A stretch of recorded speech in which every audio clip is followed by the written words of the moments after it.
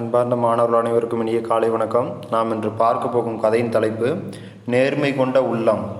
மதயூகி மரியாதை ராமன் கதைகளை பற்றி இதில் பார்க்க போகிறோம். ஒரு ஊரில் மரியாதை ராமன் அப்படிங்கிற தென்னாலிராமனை போல் விகடகவி இல்லாமல் அவர் மிகவும் புத்திசாலி அப்படின்னு சொல்லுவோம். அவர் இளம் வயதிலே பெரியவர்களுக்கெல்லாம் புலப்படாத நுணுக்கமான விஷயங்கள்லாம் அவர் என்ன பண்ணார்னா எளிதில் விடுவிப்பார்.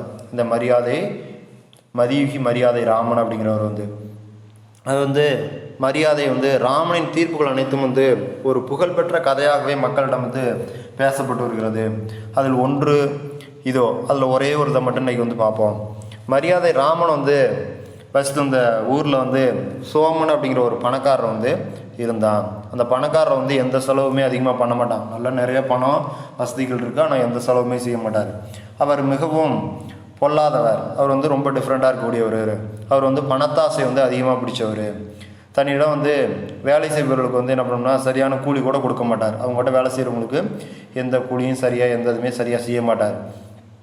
ஒரு முறை சோமன் தன்னோட தோட்டத்தில் விளைந்திருந்த அவங்க தோட்டத்தில் என்னென்ன விளைஞ்சிருக்கோ தேங்காய் இது மாதிரி காய்கறி எல்லாம் என்ன பண்ணோம்னா சந்தையில் விட்டுட்டு ஒரு 10,000 ரூபாய் கிடைக்குது. அந்த 10,000 ரூபாய் அவரோட மாட்டு வண்டியில் எடுத்துக்கிட்டு அப்படியே காட்டு வழியாக வீட்டுக்கு வந்துட்டுருக்கிறாரு. அப்போ வர்றப்ப அவரோட பணப்பை என்ன பண்ணுன்னா வண்டியிலேருந்து தெரியாமல் அவருக்கு தெரியாமல் கீழே விழுந்துருது. அப்போ வீட்டுக்கு வந்ததும் வண்டியில் பணப்பையை தேடி பார்க்குறாரு. பணப்பை கிடைக்காமல போயிடுது. புலம்பிக்கிட்டு கீழே விழுந்ததை புலம்பிக்கிட்டே அப்படியே போகிறார், நடந்தே போகிறார் மாட்டு வண்டி வந்த வழியை பார்க்குறதுக்கு.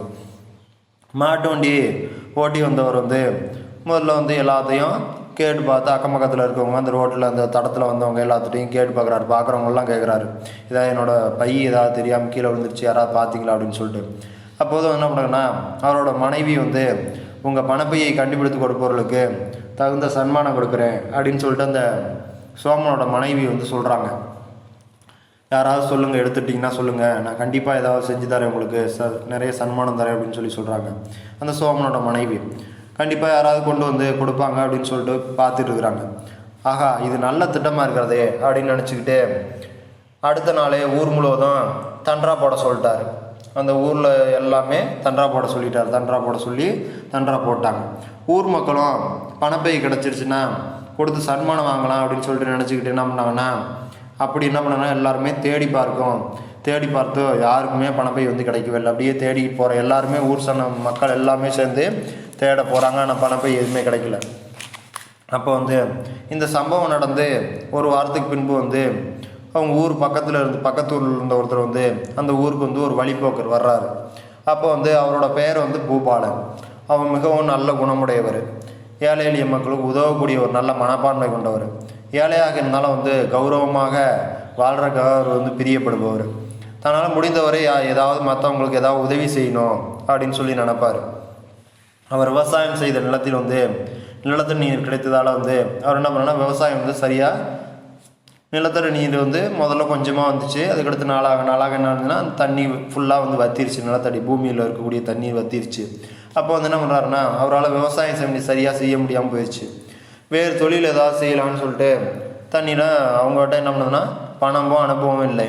இருந்தாலும் பக்கத்தூருக்கு சென்று ஏதாவது வேலை செய்து சம்பாதிக்கலாம் அப்படின்னு சொல்லிட்டு அவர் தொழில் தொடங்க நினைக்கிறார்.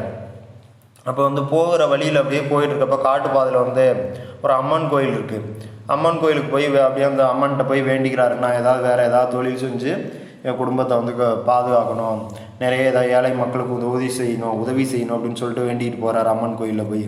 அப்போ என்ன பண்ணேன்னா அப்படி காட்டு வழியில் போகும்போது அங்கே ஒரு புறா அடிபட்டு கீழே கிடந்துச்சு. ஒரு புறா அப்படி நடந்து போயிட்டு இருக்கப்பல காட்டில் பார்த்தீங்கன்னா ஒரு புறா அடிபட்டு கீழே கிடக்குது. அதை பார்த்து அவர் என்ன பண்ணுறாருன்னா பூபாலம் இறக்கப்பட்டு அந்த பூபாலம் அந்த புறாவை தூக்கிக்கிட்டு அப்படியே கையில் எடுத்துகிட்டு போகிறாரு. அருகில் பக்கத்தில் இருக்கக்கூடிய ஒரு குளத்துக்கு போகிறாரு. போய் அந்த குளத்தில் போய் பக்கத்தில் ஒரு கை தண்ணி எடுத்து அந்த புறாவினோட வாயில் ஊட்டுறாரு. அந்த புறா அருகில் இந்த மரக்கலையில் வச்சுட்டு வந்துடுறாரு. அவர் அப்படி வரும்போது பாதையோட ஓரத்தில் காலில் ஏதோ காலில் ஏதோ ஒரு பை மாட்டுறத பார்க்குறாரு. அது ஒரு பை, அதில் நிறைய பணம் இருக்கிறத பார்க்குறாரு. அதை எடுத்த உடனே அப்படின்னா பூபாலனுக்கு யாரோ பாவம் அப்படின்னு சொல்கிறாங்க. தன் பணப்பையை விட்டு போயிட்டாங்களாட்டுக்கு. அப்படி தொலைந்தவர் யார், மனம் எத்தனை வேதனைப்படுமோ அப்படின்னு சொல்லிட்டு நினைக்கிறாரு. எனவே விரைவில் வந்து அவரை கண்டுபிடிச்சி கொடுத்து விடணும் அப்படின்னு சொல்லிட்டு ஊருக்கு போயிடுறாரு, அவர் ஊருக்கு. அப்போ ஊருக்கு போன போது அங்கே வந்து இந்த கடையில் வந்து விசாரித்த போது கடைக்காரர் வந்து சோமனை பற்றி வந்து சொல்கிறாரு. இந்த ஊரில் சோமன் தான் பணப்பையை தொலைச்சிட்டான்னு சொல்லி தண்டரா போட்டாங்க அப்படின்னு சொல்லி இந்த சோமனை பற்றி சொல்கிறாரு. அவர் தான் தொலைத்தவர், நீங்கள் இதை கொடுத்தால் கண்டிப்பாக சன்மானம் கொடுப்பார் அப்படின்னு சொல்லி சொல்கிறார் அந்த கடைக்காரர். உடனே பூபாலனும் சோமனை வீட்டை தேடி பிடித்து அந்த சோமன் வீட்டுக்கு போகிறார். பணப்பையே கிடைத்த விவரத்தை வந்து அந்த சோமனுக்கிட்ட சொல்கிறாரு. சோமனுக்கு வந்து சந்தோஷம் தாங்க முடியல.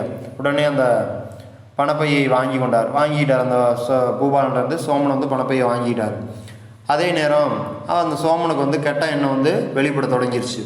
அவர்கிட்ட வந்து ஏதாவது பிரச்சனை பண்ணணும், அவர்கிட்ட என்ன ஏதாவது வாங்கணும் அப்படின்னு சொல்லிட்டு. பணப்பை கிடைத்து விட்டது அப்படின்னு சொல்லிட்டு, பணம் சரியாக இருக்குது, இப்போது ஏன் உனக்கு சன்மானம் கொடுக்கணும் அப்படின்னு சொல்லிட்டு அவர் வந்து அந்த சோமனை வந்து திங்க் பண்ணுறாரு. சன்மானம் கொடுக்காமல் தப்பிக்க என்ன செய்யலாம் அப்படின்னு சொல்லிட்டு யோசிக்கிறாரு அந்த சோமன். கேட்ட மனம் கொண்ட அந்த சோமன் என்ன பண்ணுறாருன்னா, பூபாலனை பற்றி நீ என்னை ஏமாற்ற பார்க்குறாயா, நான் வந்து என்னுடைய பையில் வந்து ஒரு வைர மோதிரம் ஒன்றையும் வச்சுருந்தேன், அதையும் காணவில்லையே, மரியாதையாக கொடுத்து விடு அப்படின்னு சொல்லிட்டு உன்னை சும்மா விட மாட்டேன் அப்படின்னு சொல்லிட்டு ரொம்ப வேகமாக கத்துறான் அந்த சோமன் வந்து. பூபாலனுக்கு வந்து ஒன்றுமே புரியல. என்னடா நம்ம கீழே கிடந்து அந்த பணப்பையை தான் எடுத்தோம், நம்ம எண்ணி கூட பார்க்கல, பணம் இருக்குதுன்னு சொல்லிட்டு அதை அப்படியே வச்சுட்டோம், அவங்கள தேடி பிடிச்சி வந்து கொடுக்கல, நம்ம வந்து வைர மோதிரம் எடுத்துட்டாங்கன்னு சொல்கிறாருன்னு சொல்லிட்டு அவருக்கு ஒன்றுமே புரியாமல் தகச்சு போய் நிற்கிறாரு. ஒரு வேளை வந்து இவர் சொன்னது போல் வைர மோதிரம் இருந்து தொலைந்து போயிருக்குமோ அப்படின்னு சொல்லிட்டு அவர் வந்து பூபாலன் வந்து திங்க் பண்ணுறாரு. நான் தான் எடுக்கவில்லையே அப்படின்னு சொல்லி சொல்கிறார் அந்த சோமன்ட்ட.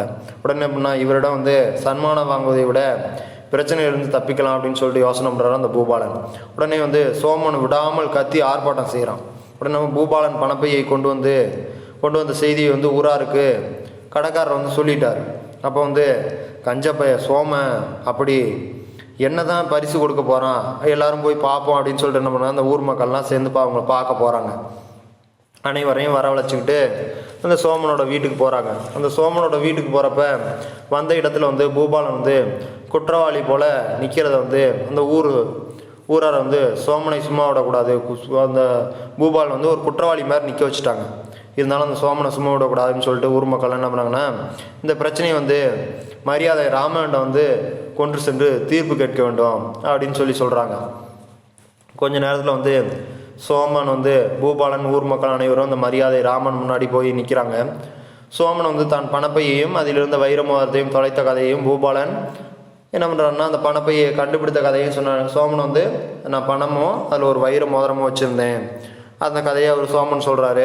பூபாலன் வந்து நான் பணப்பையை கண்டுபிடிச்சதை வந்து கண்டுபிடிச்சி கொண்டு வந்து அவங்கள்ட்ட கொடுத்த கதையை சொல்கிறாரு. ஏற்கனவே சோமன் அறிவித்த தண்டராவில் வந்து பற்றி மரியாதை ராமனுக்கு தெரியும். அப்போவே வந்து தண்டரா போடும்போது வைர மோதிரம் ஒன்று பற்றி ஒன்றுமே சொல்லாததான் அந்த ராமனுக்கு வந்து தெரியும். ஆக மொத்தம் சோமனை ஏமாற்றுக்கிறான் அப்படின்னு சொல்லிட்டு அந்த ராமன் வந்து நல்லா புரிஞ்சுக்கிட்டாரு. அப்போ வந்து புரிந்து கொண்ட ராமன் வந்து சோமனுக்கு வந்து ஏதாவது சரியான தண்டனை கொடுக்கணும் அப்படின்னு நினச்சிக்கிட்டு இவராக தீர்ப்பு கூறுறாரு. சோமன் தொலைத்த பையில் வந்து பணமும் வைர மோதிரமும் இருந்தது என்று அவரே சொல்லியிருக்கிறாரு. இந்த அவரோட பையில் வந்து பணமும் வைர மோதிரம் ரெண்டுமே இருந்துச்சு அப்படின்னு சொல்லிட்டு, இப்போ பூபாலன் கொண்டு வந்த பையில் வந்து பணம் மட்டுமே இருக்குது. ஆக இது வந்து சோமன் பையே இல்லை அப்படின்னு சொல்கிறாரு. வேறு யாரோ தொலைஞ்சு போன பையே, அப்படி தொலைத்தவர இதுவரை யாரும் புகார் கொடுக்கல. புகார் கொடுத்தாங்கன்னா அவங்ககிட்ட இந்த பணப்பையை கொடுத்துடலாம். அவ்வாறு யாரும் புகார் கொடுக்காதவரை நம்ம ஊர் வழக்கப்படி வந்து என்ன பண்ணோம்னா கிடைத்த பணத்திலேருந்து 10 பங்கு வந்து அம்மன் கோயிலுக்கு வந்து செலவுக்கு கொடுத்து விட்டுணும், மீதியை வந்து எடுத்தவரே வைத்து கொள்ளலாம் அப்படின்னு சொல்லி அந்த ராமன் வந்து சொல்கிறாரு. அப்போ வந்து சோமன் என்ன பண்ணுறாருன்னா, ஆக பூபாலன் வந்து என்ன பண்ணால் அந்த மீதியை எடுத்தவரே வச்சுக்கலாம், ஆக அந்த பூபாலன் வந்து அந்த பணத்தை இந்த சொந்த உபயோகத்துக்கு வைத்துக்கலாம் அப்படின்னு சொல்லிடுறாரு. ராமன் தீர்ப்பு சொல்லிடுறாரு. சோமனின் பணம் மற்றும் வைர மோதிரத்தை கொண்ட பையை வந்து கண்டுபிடித்தவுடன் சோமனே சன்மானம் கொடுப்பார் அப்படின்னு சொல்லிட்டு சபையை கலையலான்னு சொல்லி முடிச்சிடுறாரு. ராமன் வந்து இந்த இதை வந்து சொல்லி முடிச்சிடுறாரு. மரியாதை ராமன் தீர்ப்பு சொன்னதும் சோமனுக்கு வந்து இதையுமே அப்படி நின்று போனது போல் ஆயிடுச்சு.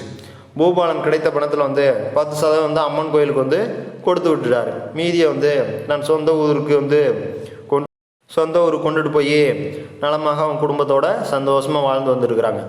அதுக்கு தான் என்ன பண்ணோம்னா, என்றைக்கும் இருக்கிறத வச்சு சந்தோஷமாக காலத்தை வாழ்ந்துடணும். ஆனால் இருக்கிறத விட்டு பறக்கிறதுக்கு எதுக்குமே ஆசைப்படக்கூடாது. அடுத்தவங்களோட பொருளுக்கு எந்த ஒரு இதுலையுமே ஆசைப்படக்கூடாதுங்கிறது அந்த கதையோட நோக்கம். அவர் கொடுத்த பணத்தையே வாங்கினா அந்த பூபாலன் அந்த சோமனை வாங்கினாங்க என்ன பண்ணியிருக்குன்னா, அவருக்கு பணம் எந்த இதுவுமே டேமேஜ் ஆகாமல் ஃபுல் அமௌண்ட்டும் அவருக்கு வந்து எல்லாமே கிடச்சிருக்கும். அவரை ஏமாற்றி ஏதாவது அவர்கிட்ட இருந்து வாங்கணும்னு ஆசைப்பட்டு என்ன பண்ணுறாருன்னா, இவர் உள்ள பணத்தையும் இழந்துடுறாரு. ஓகேங்களா? Okay, thank you.